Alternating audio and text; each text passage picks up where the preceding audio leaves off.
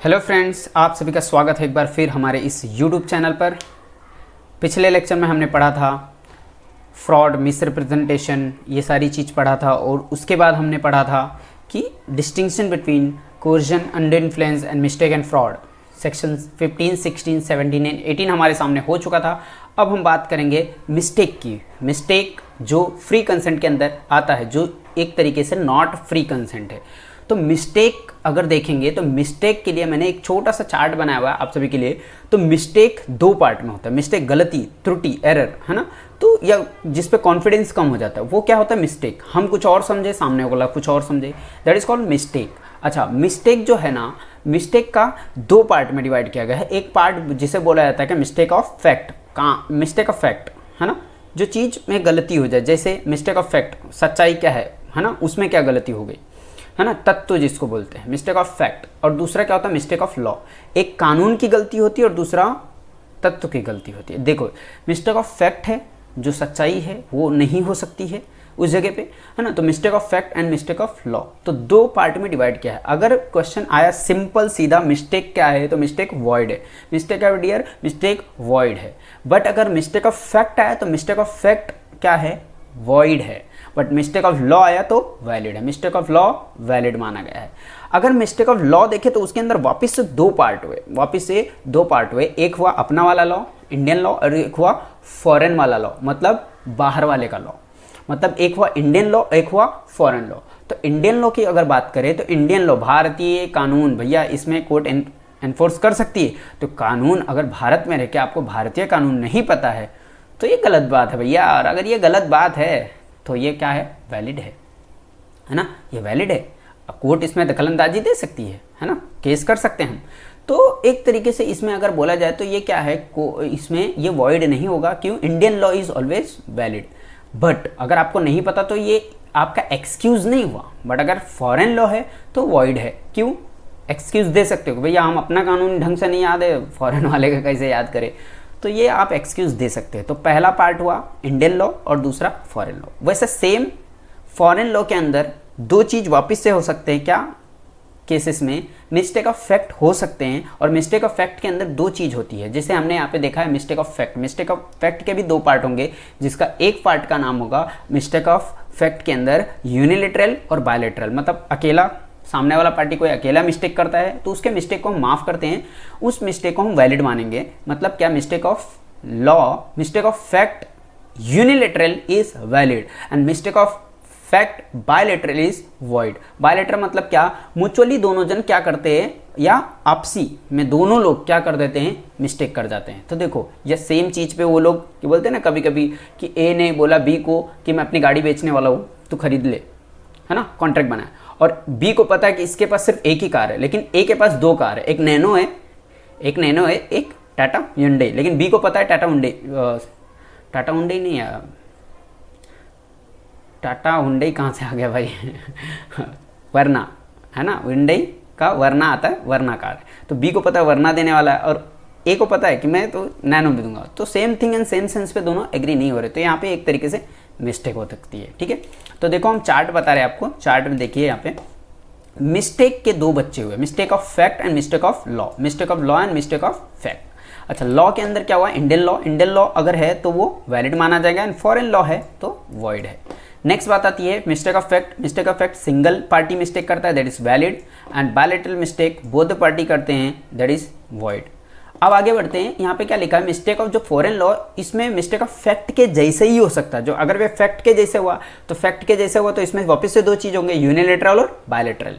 तो देखो क्या लिखा, mistake may be defined as क्या, इनोसेंट और erroneous believe which lead the party to misunderstand the other. दूसरे वाले को मिसअंडरस्टैंड मतलब समझ नहीं पाती है। ठीक है, मिस्टेक में आइदर भी बायलेटरल और यूनिलेटरल। तो बायलेटरल भी हो सकता है, मतलब सिंगल नहीं, बोथ द पार्टी, और यूनिलेटरल मतलब अकेला कोई मिस्टेक कर सकता है। बायलेटरल क्या होता है, देखो बोथ द पार्टी आती है, और यूनिलेटरल मतलब only one party. Effects of mistake on validity of contract. Contract के वैलिडिटी पे मिस्टेक का क्या प्रभाव पड़ेगा, वो चीज को हमें जानना है। सबसे पहले mistake is some unintentional act. Unintentional होता है, कोई इंटेंशन जानबूझकर नहीं करता, जानबूझ करेगा तो फ्रॉड हो जाएगा ना बेटा।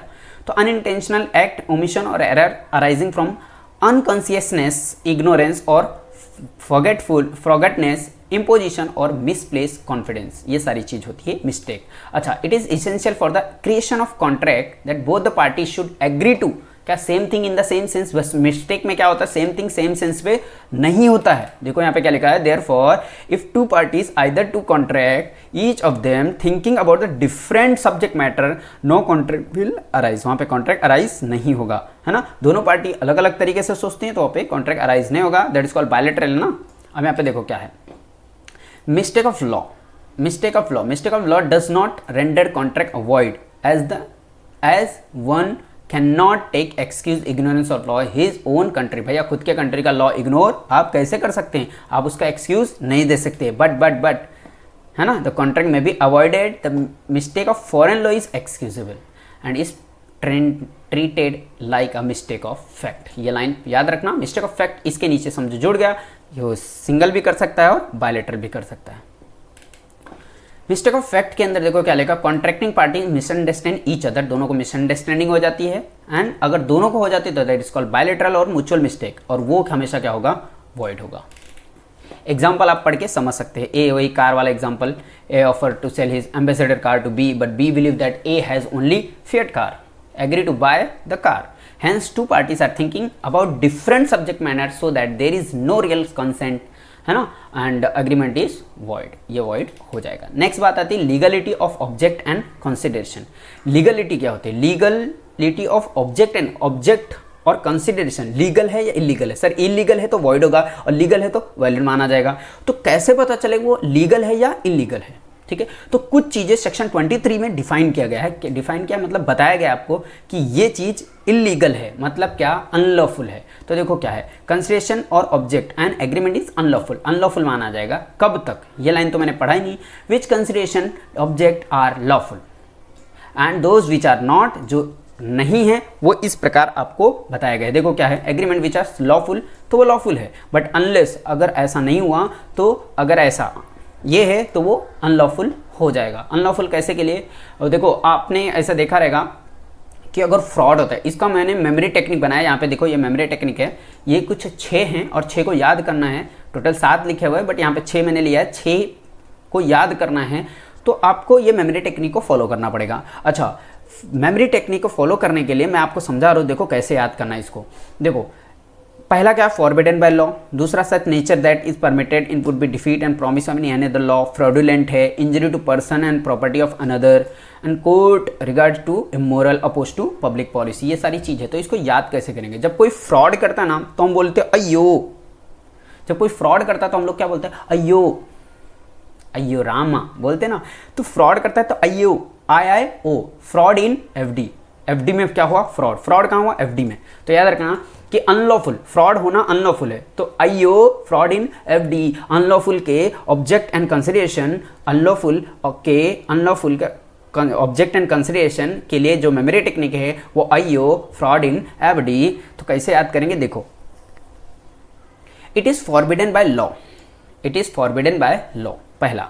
तो अभी इसको हम सेट से नहीं लिख पाए हैं तो आप एक बार देख लीजिए ऐसे ही। IO, I फॉर क्या, सबसे पहले I फॉर क्या, इमोरल, I फॉर इमोरल, ठीक, I फॉर इमोरल, और दूसरा I फॉर क्या होगा, I for injury to person और property of another, I for immoral, I for injury to person और property of another, O for oppose to public policy, F for fraud है ना, तो for fraud में fraudulent हो गया, in FD, F for forbidden by law, and D for क्या, defeat the provision. ये सारे चीज यहाँ पे मैंने याद करा था, 6 के 6 आपको याद हो जाएंगे, ये चीज पूरा डिटेल में है। चलो आ जाओ डिटेल में पढ़ते हैं। In each of the cases consideration और ऑब्जेक्ट और agreement is said to be unlawful, और अगर अनलॉफुल है तो ये क्या हो जाएगा, वॉइड हो जाएगा बेटा।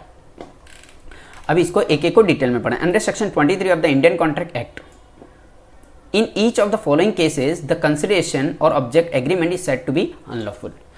सारी चीज ये अनलॉफुल है, एक एक करके हम क्या करेंगे, इसको पढ़ेंगे। तो चलो आ जाते हैं हम एक एक करके पढ़ते।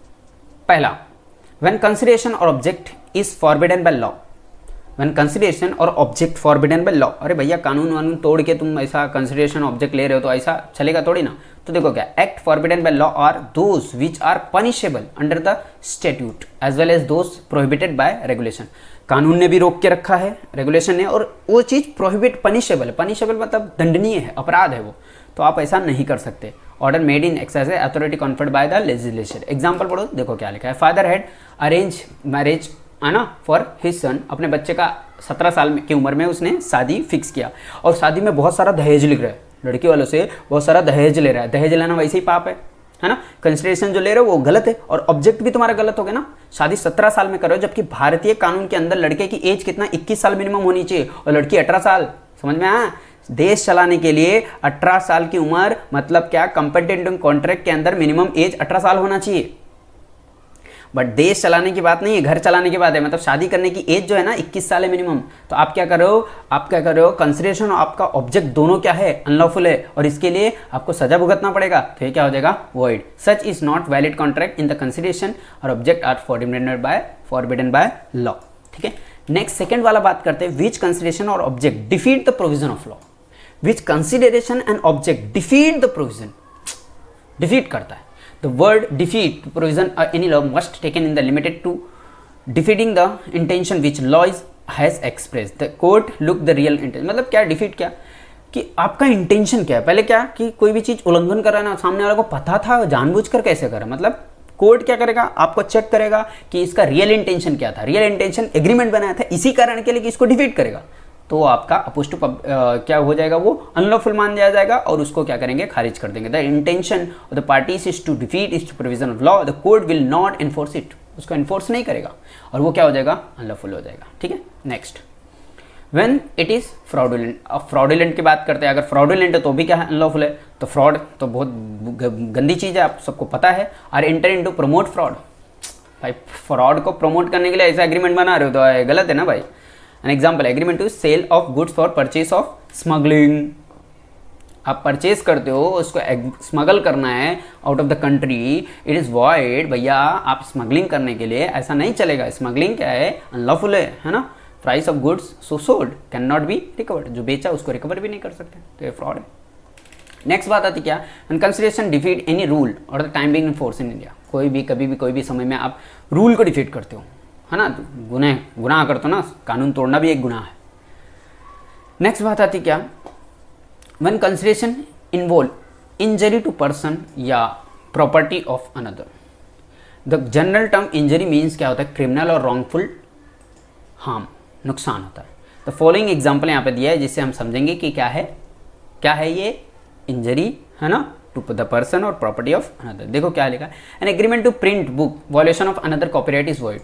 भैया किसी और की बुक आप क्यों छाप रहे हो, या आप किसी और के लेक्चर उठा के अपने यूट्यूब चैनल पे डाल रहे हो, सेम जैसा उसने डाला वैसे तुमने डाला, कॉपीराइट आ जाएगा ना भाई। तो वो गुनाह कर रहे हो एक तरीके से। The subject to the cause injury to property of another is also void. और जो सब्जेक्ट उठा है वो भी क्या है, वॉइड है। The object of the agreement is forbidden by law relating to the copyright. Relating to copyright मतलब क्या, सामने वाले से पहले पूछो, उसने पावर दिया है आपको डालने के लिए, वो कंटेंट या प्रिंट करने के लिए दिया है, तो आप करो, you can, but without permission you can, है ना, तुम नहीं कर सकते, यू कैन। तो ये गलत है, ये क्या है, वॉयलेशन है, किसी के क्षति पहुंचा रहे हो, नुकसान पहुंचा के, है ना, इंजरी टू द पर्सन या उसकी प्रॉपर्टी गलत तरीके से ले रहे हो ना।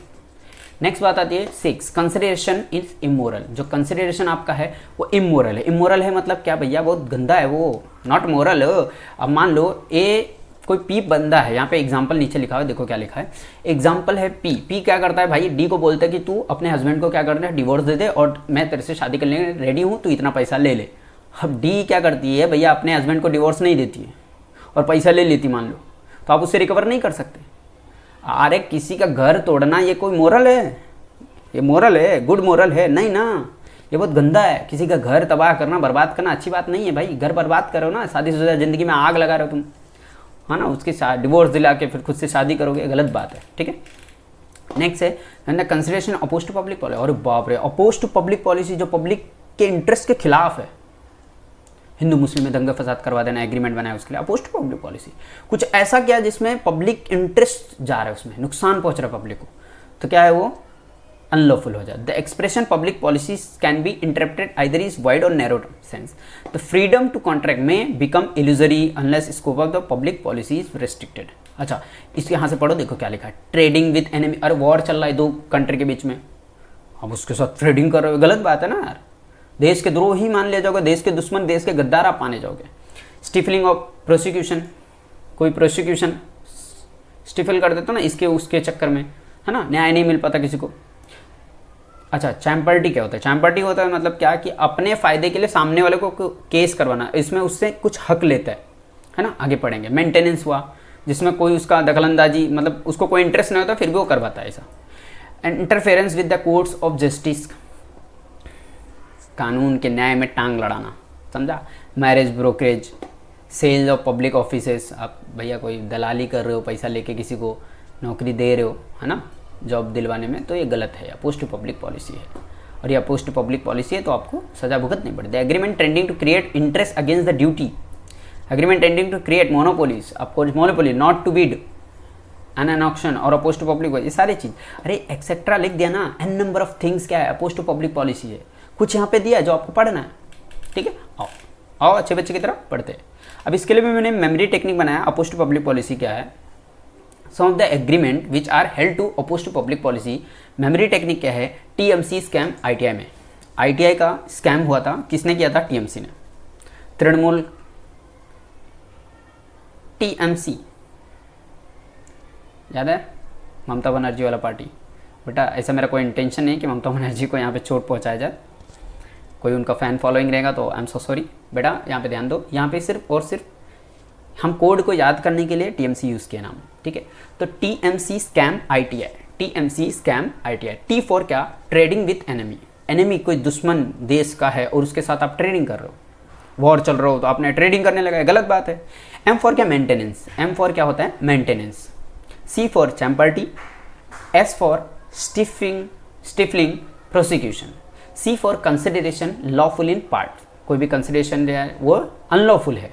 कंसिडरेशन कुछ लॉफुल है और कुछ अनलॉफुल है, और उस चीज़ के लिए कंसिडरेशन जो मिल रहा है वो अनलॉफुल है, तो क्या हो जाएगा वो? यहाँ पे अपोज टू पब्लिक पॉलिसी माना गया है। सी। फिर ए फॉर एग्रीमेंट क्या किया है? मोनोपोली के लिए, भैया आओ हम दोनों मिलके बर्बाद करेंगे, है ना, तो मोनोपोली राइट रखेंगे। कोका कोला और थम्स अप दोनों मिलके एक बोलते हैं हम लोग प्राइस कम ही नहीं करेंगे, ये मोनोपोली हो गया। एम फॉर क्या? मैरिज ब्रोकरेज, ये भी अपोज टू पब्लिक पॉलिसी है। आई फॉर क्या? Interference with the course of justice, न्याय में टांग लड़ाना, ये भी क्या है? अपोज टू पब्लिक पॉलिसी है। टी फॉर क्या? Trafficking related public officers and title, आप पब्लिक ऑफिसर्स बेच रहे हो ना एक तरीके से, पैसा लेके और सीट रिजर्व ये करवा रहे हो, आप जॉब दे रहे हो, गलत बात है। आई फॉर क्या? इंटरेस्ट अगेंस्ट ऑब्लिगेशन, है ना, किसी के ऑब्लिगेशन में आपको इंटरेस्ट रखना, ये गलत बात है। अपोज टू पब्लिक पॉलिसी, ये 10 के 10 आपको याद होने चाहिए बेटा।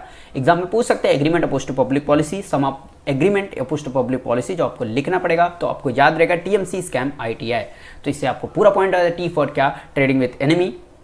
M for maintenance, C for champerty मतलब चैम्पर्टी, सी हो गया। एस फॉर क्या? Stifling prosecution. ए फॉर क्या?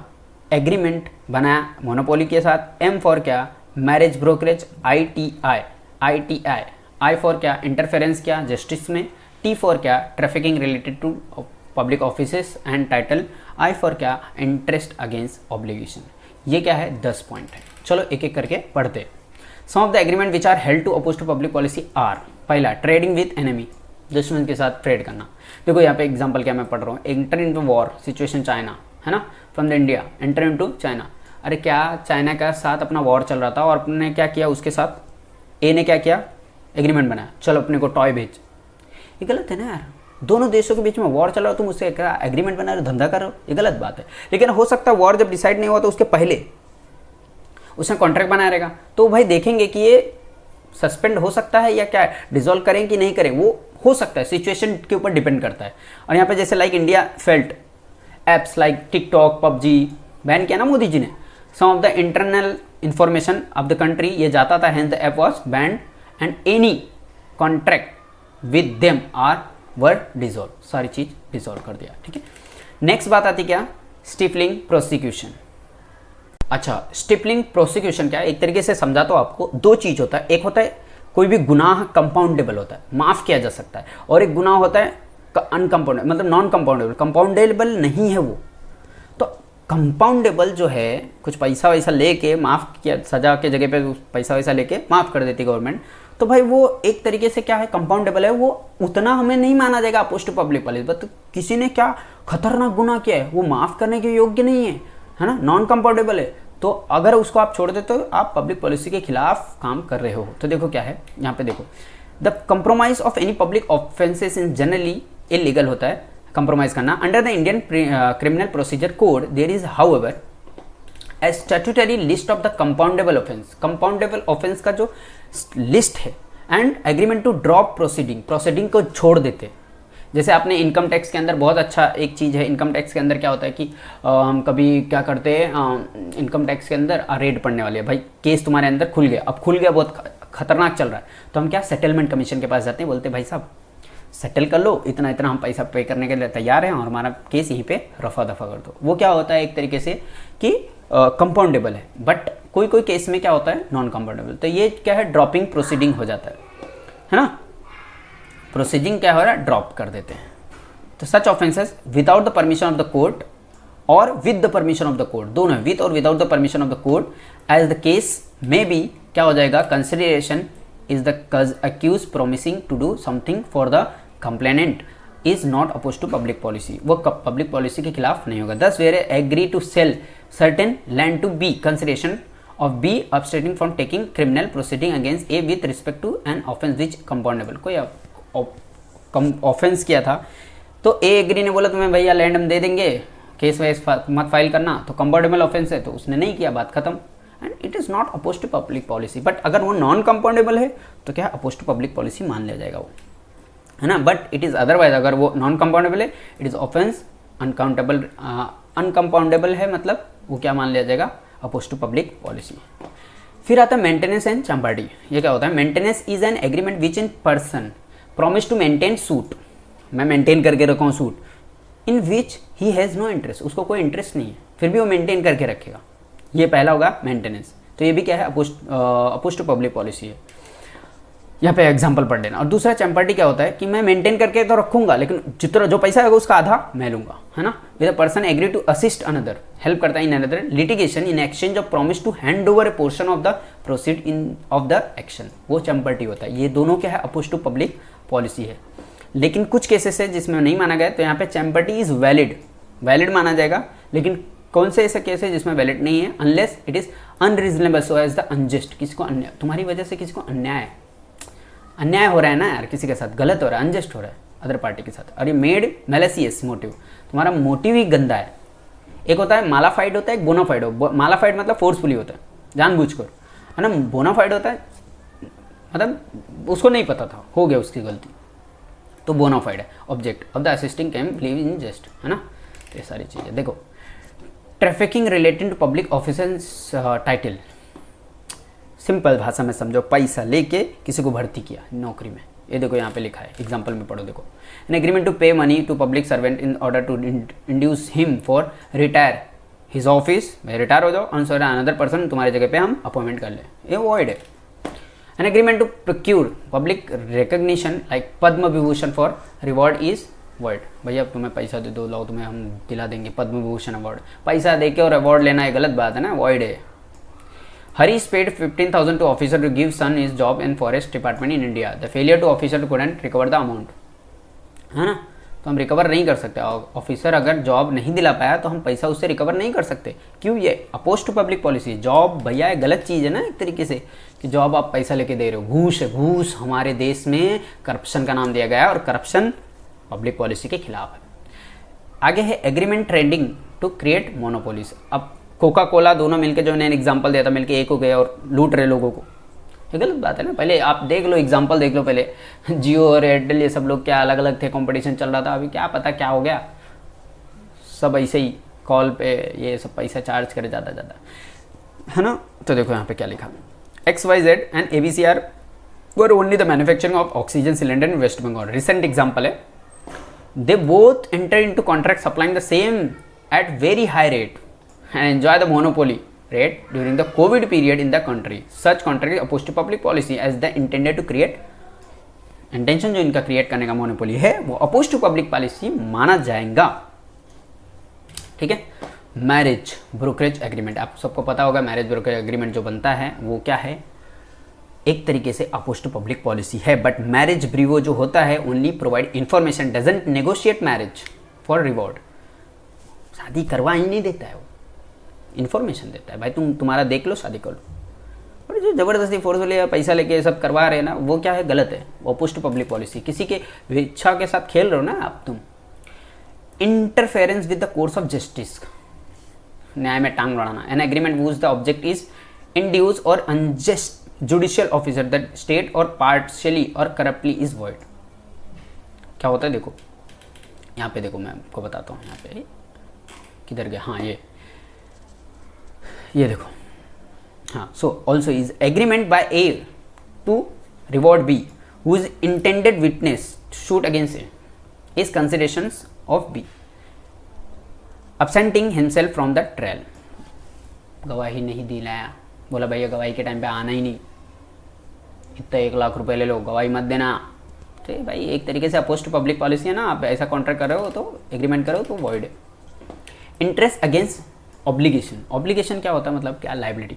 Following example of agreement that are void as they tend to create interest against obligation, the object of such agreement is oppose to public policy. जैसे क्या, एक manager है firm का, ये यहाँ पे example लिखा वही पढ़ रहा हूँ। एक मैनेजर फर्म का, उसने एग्री किया मैं तुम्हारा कॉन्ट्रैक्ट पास करता हूँ, मुझे चुपके से ना मेरे घर पे 2 लाख रुपए पहुंचा देना। तो X pay to A two lakh privately, ये क्या है, एग्रीमेंट इज वॉइड, क्योंकि A who is a manager of firm A of a firm agree to pass contract to X if X pay कितना, 2 लाख रुपए। गलत है ना यार कॉन्ट्रैक्ट देना। कंसिडरेशन अनलॉफुल इन पार्ट्स, अच्छा कंसिडरेशन जो है वो अनलॉफुल है अब पार्ट्स, इसको समझा देते हैं। सेक्शन 24 ऐसा कुछ बोल रहे थे, देखो ध्यान से, कि अगर मैंने कॉन्ट्रैक्ट बनाया आपके साथ और उसके बदले कुछ दे रहा हूँ, और जो दे रहा हूँ ना वो 1 2 3 4 कॉन्ट्रैक्ट का पार्ट है ना, एक कंसिडरेशन जो दे रहा हूँ एक से ज़्यादा चीज़ों का पार्ट है, और जो कंसिडरेशन दे रहा हूँ वो अनलॉफुल है, तो सारी चीज़ अनलॉफुल मान लिया जाएगा, मतलब वॉइड हो जाएगा। मतलब, और या एक चीज़ है जिसका कंसिडरेशन पार्ट पार्ट में दे रहा हूँ और जो अनलॉफुल है, 2 तरीके से सोचो, अनलॉफुल है तो जो अनलॉफुल वाला चीज़ है वो क्या हो जाएगा, वॉइड। मतलब क्या कि हम अलग कर सकते हैं तो अलग करेंगे, वॉइड जो है जो अनलॉफुल है उसको वॉइड कर देंगे, जो अनलॉफुल नहीं है वो ठीक रहेगा। ठीक है, तो देखो यहाँ पे क्रिएट पढ़ता हूँ। If any party of the single consideration in one और more object any part of any one of the several consideration in single object is unlawful, the agreement is void. देखो क्या लिखा है, बहुत अच्छा लिखा है यहाँ पे। This section is an obvious consequences of the general principle of section 23. There is no promise of there is no promise for a lawful consideration if there is anything illegal in a consideration. Illegal in a consideration होता तो उसको lawful नहीं मान लेंगे, which must be taken as a whole, उसको पूरा का पूरा मान लेंगे क्या है वो illegal है। But in general rule क्या कहता है, legal part जो है contract can be served from illegal part, legal part को illegal part से निकाल देंगे। एंड द बैड पार्ट में भी क्या हो जाएगा, रिजेक्ट हो जाएगा, and good part can be retain, बना रहेगा। But where the illegal part can not sever, अगर इलीगल पार्ट को हम नहीं निकाल सकते लीगल पार्ट से, तो कॉन्ट्रैक्ट इज ऑल टुगेदर पूरा एक साथ क्या हो जाएगा, वॉइड हो जाएगा। तो ये चीज़ ध्यान में रखना, और जितना पढ़ा है मैंने अब तक का पूरा याद रखना बेटा। आज के लिए इतना काफ़ी है, तब तक के लिए हम आपको पता होगा एक चीज़ और पढ़ते रहिए भाई, बहुत टाइम आपके पास बहुत कम है, ठीक है, और जितना ही पढ़ेंगे आपके लिए अच्छा है। देखो पढ़ाई कोई बांट नहीं सकता है, हमारे दादाजी कहा करते थे कि पढ़ाई ऐसी चीज़ है ना वो कोई बांट नहीं सकता है, धन जायदाद ज़मीन सब कुछ बांट सकते हैं लेकिन पढ़ाई नहीं बांट सकते। अच्छे जॉब लग गया हो भाई, सीए बन जाओ फटाफट सब लोग, और अच्छा कमाओ अच्छा खाओ, है ना, और समाज का भी हेल्प करो। हम मिलेंगे फिर भी, आपके साथ जुड़े रहेंगे, हम नेक्स्ट वीडियो में फिर मिलेंगे, तब तक के लिए बाय बाय, टेक केयर, ध्यान रखो अपना।